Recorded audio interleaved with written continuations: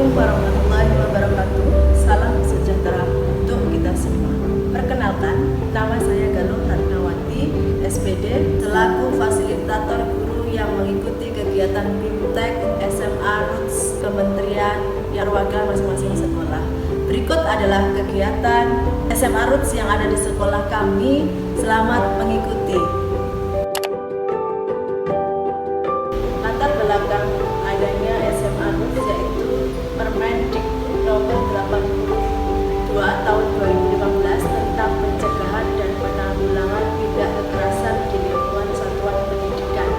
Jadi setelah adanya permen tersebut, maka pada tahun 2021 mulai disosialisasikan ke sekolah-sekolah tertentu terlebih dahulu untuk mengikuti SMA Roots. Dan kita termasuk sekolah kita ini angkatan yang kedua. Jadi kenapa adanya dengan seperti ini? Karena di sekolah kita juga banyak terjadi perundungan atau bullying yang dilakukan oleh siswa kita, baik terhadap temannya, terhadap adik kelasnya maupun ke sesama teman yang sepantaran. Cara kami merekrut anggota agen perubahan itu dengan cara memberikan form link yang kami sebarkan ke masing-masing kelas. Jadi penentuannya adalah teman mereka sendiri, bagaimana dengan cara memilih teman yang mereka paling sukai di dalam kelas dan sering berinteraksi dengan mereka.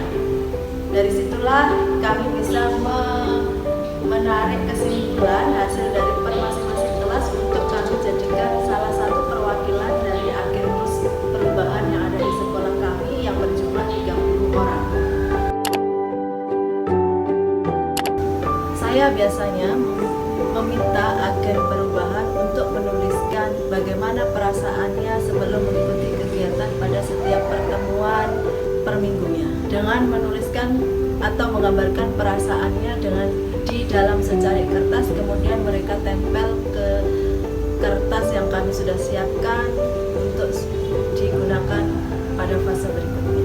Dengan adanya kegiatan ini harapkan bahwa agen perubahan ini bisa mengungkapkan perasaan apa saja yang dia rasakan saat itu agar mereka merasakan lega atau masih ada ganjalan di dalam hati mereka meskipun mereka tidak menuliskan nama-nama mereka pada secari kertas tersebut, dengan maksud biar mereka tidak malu pada saat teman-teman yang lain membacanya.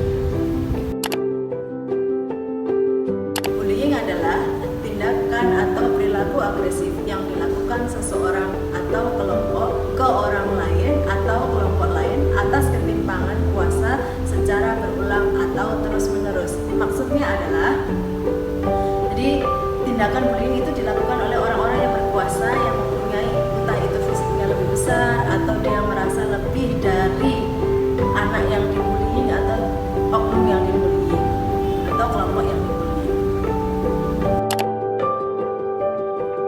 Bentuk-bentuk bullying yaitu satu, verbal. Jadi ini biasanya dilakukan secara omongan, bisa menyebut nama korban bukan namanya sendiri, bisa nama orang tuanya atau nama-nama yang tidak layak disebut untuk orang tersebut.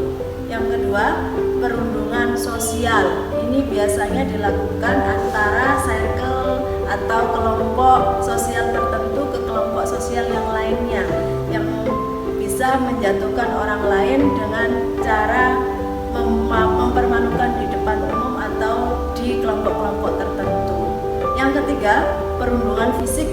Ini biasanya dilakukan dengan cara melihat kekurangan fisik temannya tersebut, entah itu secara cacat bawaan dari lahir atau ada hal-hal tertentu yang dia lihat kurang menurutnya, tapi itulah tempatnya dia untuk membuli. Yang terakhir yaitu cyberbullying. Cyberbullying ini perundungan yang dilakukan secara media sosial, bisa melalui akun-akun sosial yang berupa Instagram, WA, maupun aplikasi sosial dunia maya lainnya dengan cara menjatuhkan nama baik atau reputasi orang lain tersebut.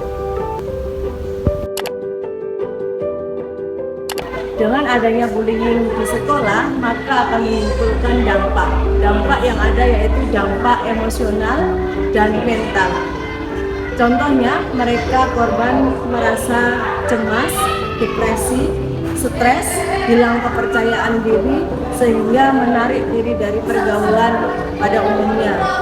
Yang kedua, dampak secara fisik. Apabila yang dibully adalah bagian fisiknya, maka akan menimbulkan cedera atau memar dan lain sebagainya terhadap fisik anak yang dibully.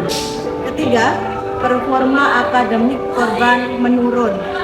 Jadi kualitas belajarnya tidak seperti biasanya. Dia akan mengalami penurunan daya akademik secara drastis.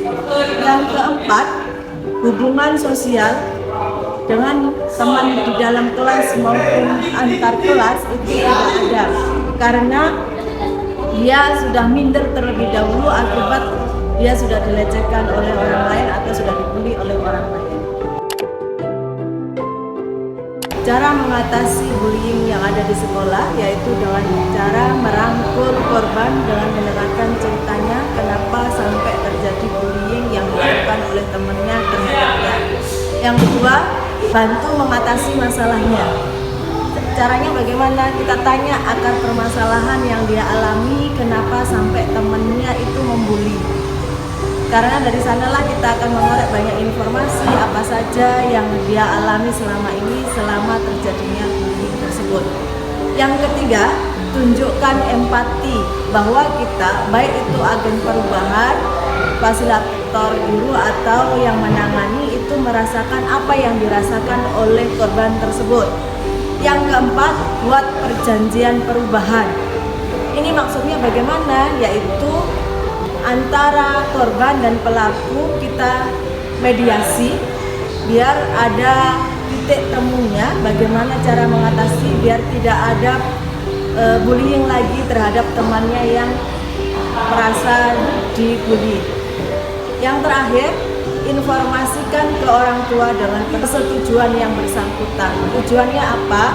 Ini untuk mendamaikan kedua belah pihak agar tidak terjadi hal-hal yang tidak diinginkan lagi, dan orang tua tahu bahwa pihak sekolah maupun anak-anak tersebut sudah kita selesaikan masalahnya secara baik di dalam lingkungan sekolah.